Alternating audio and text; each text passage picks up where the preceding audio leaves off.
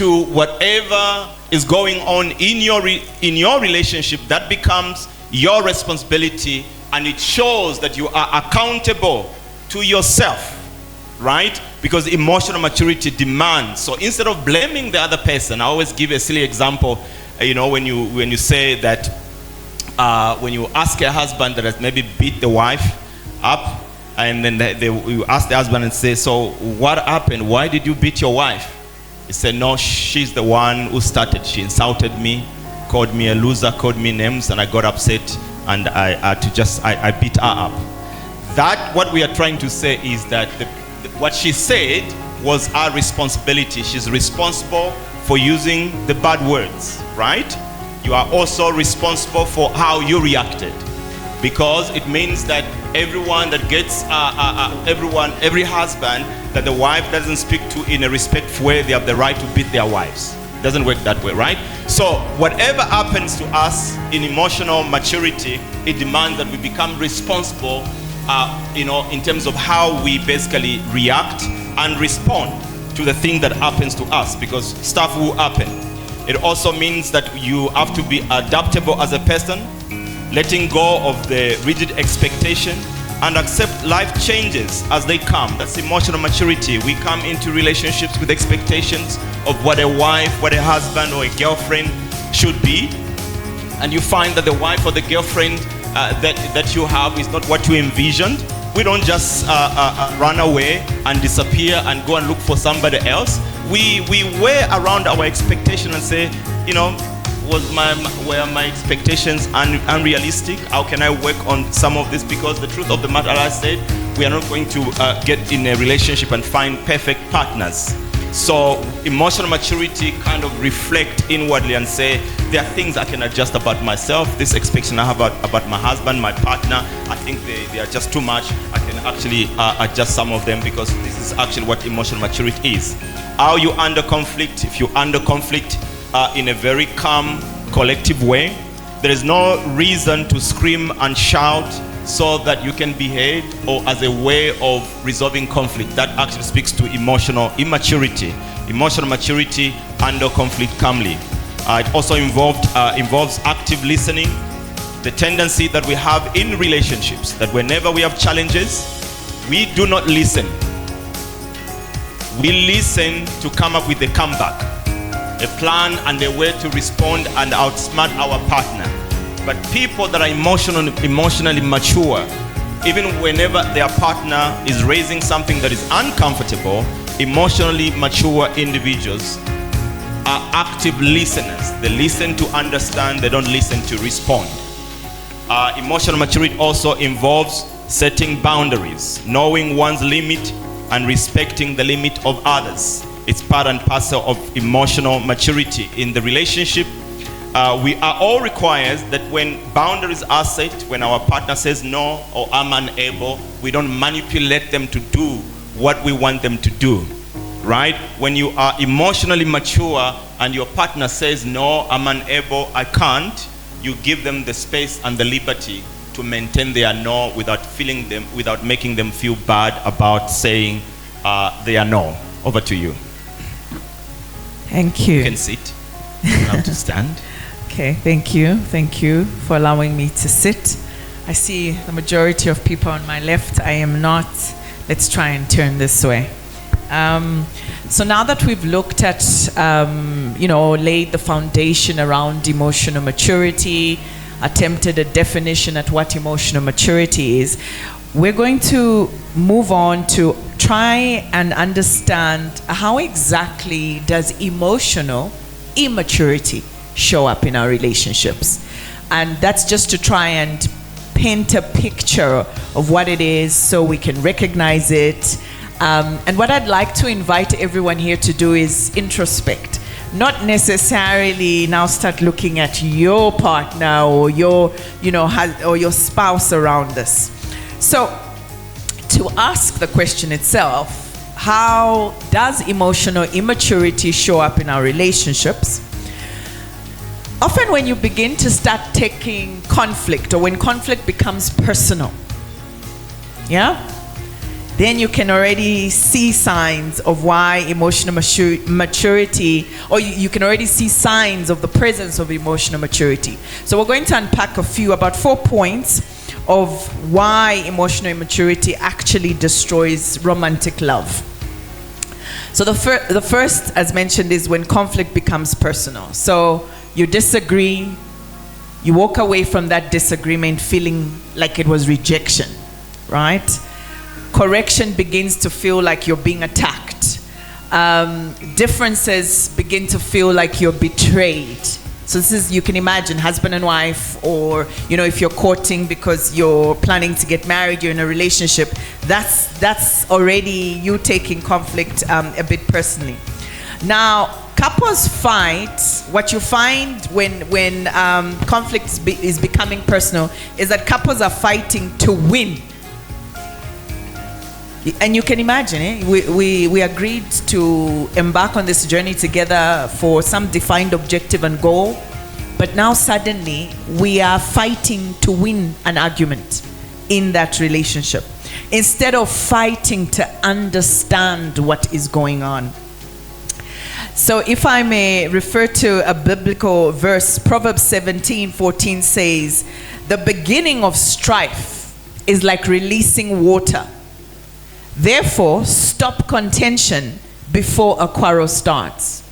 Now, I like to look at various translations when it comes to the Bible. So I'm going to read you 2 more translations speaking to that very verse. The next one is the English Standard Version, which says, "The beginning of strife is like letting out water. So quit before the quarrel breaks out." Now, my favorite translation lately is the Passion Translation. And it says, "Don't be the one who is quick to quarrel. Don't be the one who is quick to quarrel, for an argument is hard to stop. You never know how it will end, so don't even start down that road." Okay? So, moving on to other indicators of emotional immaturity being present in our relationships is when emotions become weapons. Yeah? When emotions become weapons. What do I mean by when emotions become weapons? So where you find that we're using emotions to manipulate, to control, to punish, or to gain power, or avoid taking accountability for what we've done. And there's so many tactics that are evident that you may have experienced or heard of. The first is guilt tripping. This is such a famous manipulation tactic. It's used to make someone feel bad about whatever action they've taken or lack of action that they haven't taken. What are the common phrases to identify this? "After all I've done for you, Lusanda, you go and do this." Yeah? I'm sure some of us have said that. Just giving examples. As my brother Gift says, we are here to fix the country by fixing our relationships. So if you identify yourselves in some of these examples, don't lose heart. That is why we are gathering here together. We are all embarking on a journey to just grow in this area. Now, what guilt tripping, for instance, does is that it creates feelings of anxiety, self-doubt, and submissiveness, negatively affecting relationships. Now, this is the wrong connotation of submissiveness, not necessarily the biblical definition. Other examples of such tactics that are weapons or emotional weapons in relationship is silent treatment. Women? Yeah. So using coldness or withdrawal to punish the other. And what we sometimes don't see is that also creates anxiety in our partners, in our spouses. Forcing the other person to now comply or do whatever it is you are asking just so that silent treatment can end. But is that healthy? Not necessarily. A famous one known in our times and in our generation, gaslighting. Yeah? And sometimes, you hear these words, and I always say, let's define it so that people hear exactly what are we saying when we say gaslighting. So gaslighting is a form of intense emotional manipulation and psychological abuse, where a person makes someone question their own reality, their own memory, or their own sanity. So examples of phrases when somebody is being gaslit: that's not what I said. You're overreacting. I was just joking. Or my least, I don't even know how to describe this one. It's all in your head. That's a famous one when people are gaslighting. Gaslighting is often used by narcissists to maintain power in relationships. And what it often does is that over time, it causes the person being gaslit to distrust themselves, to question themselves, feel insecure, often making them stay in an abusive relationship because of what they've gone through. Other weapons of, other emotional weapons, extreme emotional outbursts. So using sudden anger or dramatic tears. So it's not just anger. It's when tears are shed as well. Women, are we guilty? To divert focus from a problem, to avoid responsibility or manipulate a situation. Withdrawal as well. When people use withdrawal to control the circumstance or the situation. So all these behaviors are designed to make others feel responsible for the manipulator's emotional state, therefore forcing the partner or the spouse to comply or divert attention from the root issue. This is not love. None of these are love. Instead, what you declare when you participate in any of those is you declare emotional warfare. Okay. Now, we also get situations where emotional immaturity shows up in relationships that forces one spouse or one partner to become the emotional regulator. And what does this really mean? So when a spouse or partner becomes the primary emotional regulator in a marriage or in a relationship, it signifies a deep, often unconscious interdependence where one's internal state is managed or stabilized by the other, by the regulator itself. While, co-regulation in that sense seems okay where there's a healthy relationship, sometimes if not guarded against, that can actually become unhealthy. So what you find here is that emotional immaturity shows up in that an immature partner expects their spouse to calm them down, expects their spouse to fix their mood, expects their spouse to fill whatever emotional voids may have come from, remember we're bringing two histories together, two emotional systems together, right? A spouse or partner is a companion. They are not your emotional crutch. And there are risks and negative consequences to having one person stand in as the emotional regulator. Wow, apparently we have 10 minutes. That's okay. And often what this can lead into is that the person who's the regulator or identifies the emotional regulator will experience burnout, will start to resent the partner that's over dependent on them. You stunt your growth in the relationship, and stress can actually become a manifestation of that relationship. So where you have continuous unmanaged emotional volatility, it can lead to a load, a stress load, which can also end up, manifesting in physical symptoms in a person. So we really need to guard against that. The fourth one, under looking at, how emotional maturity shows up, is when the relationship seems to go through what we call a power struggle. Now, often power struggles are a phase in relationships. They often show up after what we call the honeymoon period. There is a constant asking of who is right, who is wrong, who has the control here, who wins the argument. And so you find that power struggles are actually symptoms of unhealed insecurities, and definitely evident or showing or illustrating that there is emotional immaturity in that relationship. All right. We have how many minutes, Francis? Okay, so we'll just skip a few things here because we want to make sure that we keep time.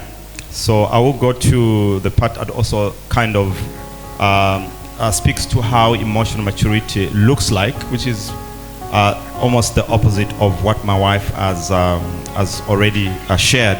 But also in that, maybe I can incorporate the how, which is how do we continue to grow emotionally, because relationships, health relationships really are relationships where conflicts will always be there, but how you go about resolving those conflicts are really anchored on how emotionally mature you are both as a couple.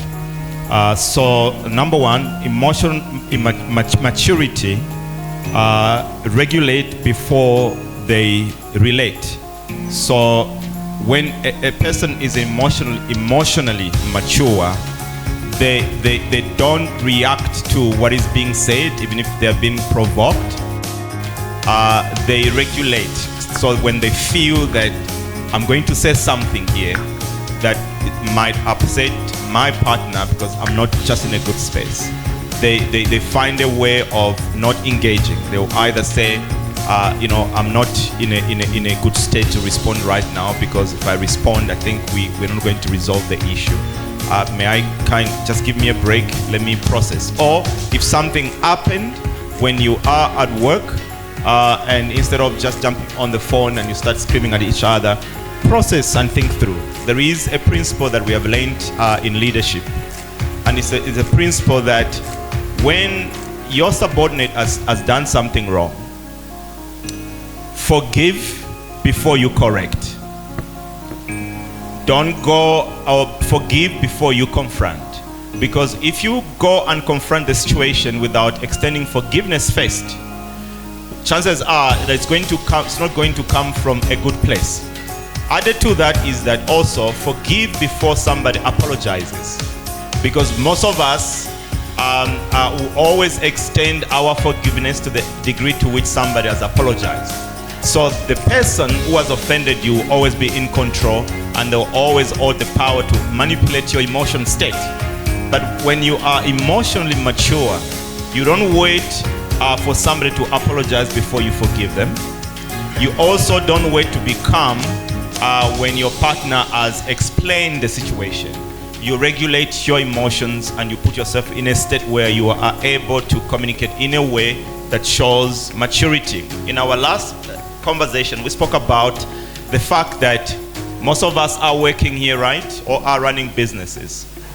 You know that if there's somebody who owes the signature to the deal and they have done something wrong, or they haven't spoken to you in a good way, it's going to hurt you, but you're going to find a better way of actually addressing that issue, because you know that their signature, your check, your money depends on their signature, isn't it? Even in your workplaces, our workplaces like that. Our bosses will make comments, funny comments, they'll hate you, you come and grieve and complain to your husband or your wife. But if you need to go and approach the issue, there's a way you want to process so that the person you're addressing doesn't feel like you are undermining them or you are being rude. But one thing I've learned is that we do not have that patience in our relationship. We say what comes to our minds, or we say how we feel depending on our emotional state. When we are maturing emotionally, we have to process our thoughts and process our emotions, so that when we deliver what we need to deliver, we are delivering the message when we have regulated our emotions. The other part is that it's okay, ladies and gentlemen. We're living in a culture, I just don't know what has happened to us, but there's a lot of violence. And this violence is not the violence you are just seeing in some streets, people killing each other. But there's a lot of violence even in relationships.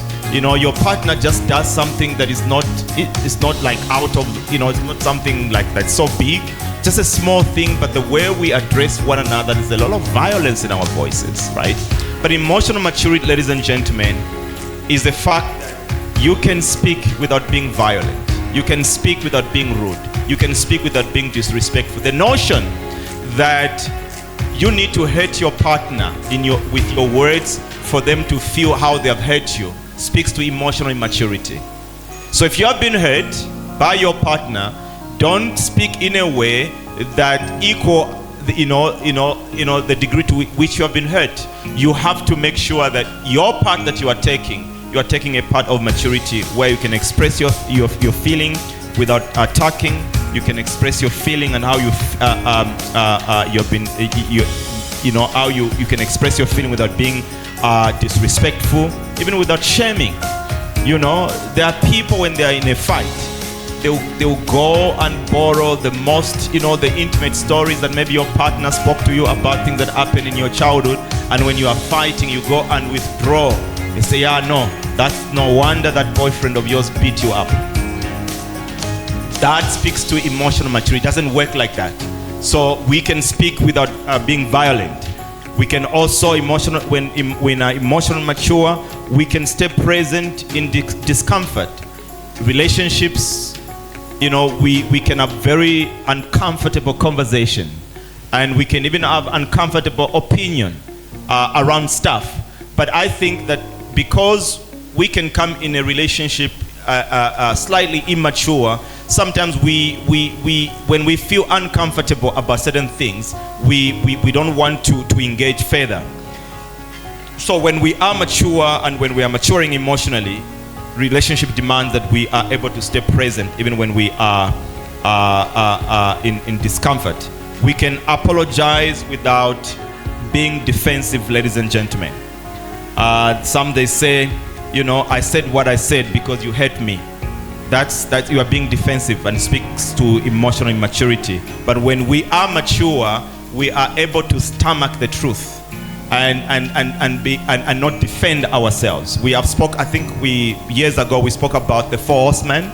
These are relationship communication styles that really they are embedded in the relationship. That relationship is aiding either a breakup or divorce. And one of them is defensiveness. It's a style of communication where there is always something that you have to defend. You are corrected, something you have to defend. It speaks to emotional immaturity. So if you are here today and your partner has been complaining about something, but you are always defending yourself in that area speaks to the fact that in that area you require a level of maturity, and your partner is not the one who is going to help you mature. There is a point also I want to make, and we can move on and close into the next session. Emotional maturity also involves the fact that you can apologize without blaming the other person, right? When you've been confronted with a situation and you did something wrong or you said something wrong, and your partner comes to you that they are not happy in terms of how you spoke to them and stuff like that, when you are emotionally mature, you are able to say, baby, I'm sorry, I hate you, and going forward, I commit to doing better. Not I'm sorry, but you must also stop behaving. You bring up something else. That's not apology. It's also speaking to the fact that there is a level of maturity that it needs to take place. That's why I said from the beginning that relationships do not feel sorry for us that we came from broken homes. They don't feel sorry for us that we were disadvantaged in one way or another.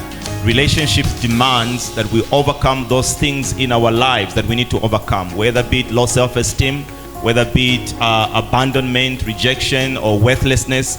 The relationship demands that you don't conceal all of that stuff. Relationship demands that you heal from all of that, so that you are able to relate with your partner and speak with your partner in a more mature way, which then helps to basically get the relationship to a place where it can be functional.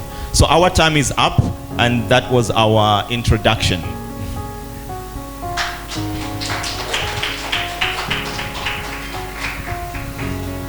Thank you very much for that, Pastor K. And to those of us that have joined us a tad bit after we began, kindly note that we are projecting our questions on slido.com. Use the access code to join the conversation. Do like the questions that are posted already so that they can be prioritized. Just one last maybe housekeeping notification. Our aircon gave in, and it's the reason why we are in this situation. So we have tried by all means to try and come up with alternatives. So please bear with us as this is our current situation.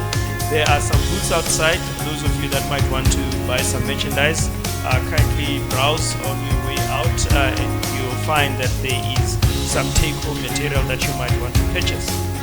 Again, on the heat subject, should you need some cool water, because we have some refreshments, just indicate to my dearest sister Nilisiwe. Nilisiwe, please stand, and she can grab a bottle of water for you just to help refresh you. Yes. Thank you for that. Again, thank you so much, Pastor K and Mam Kuzi. I think I've attended most of these sessions, and one thing that is continuously a golden thread, as it were, is that when you're in a relationship, you've got to know yourself. Okay, maybe you don't know yourself. Put in the effort to find out who you are. You've got to interrogate self. You've got to really ask yourself some hard questions. So we talked about emotional maturity. In some instances, maybe your partner has not found the words to say you are emotionally immature. You must be the one that takes stock. I think, thank you for the examples when she was saying, if you really loved me, this is what you would do. After all I've done for you, is that how you're going to repay me, or whatever you say? I think if you found yourself saying those words, I think it's your place now.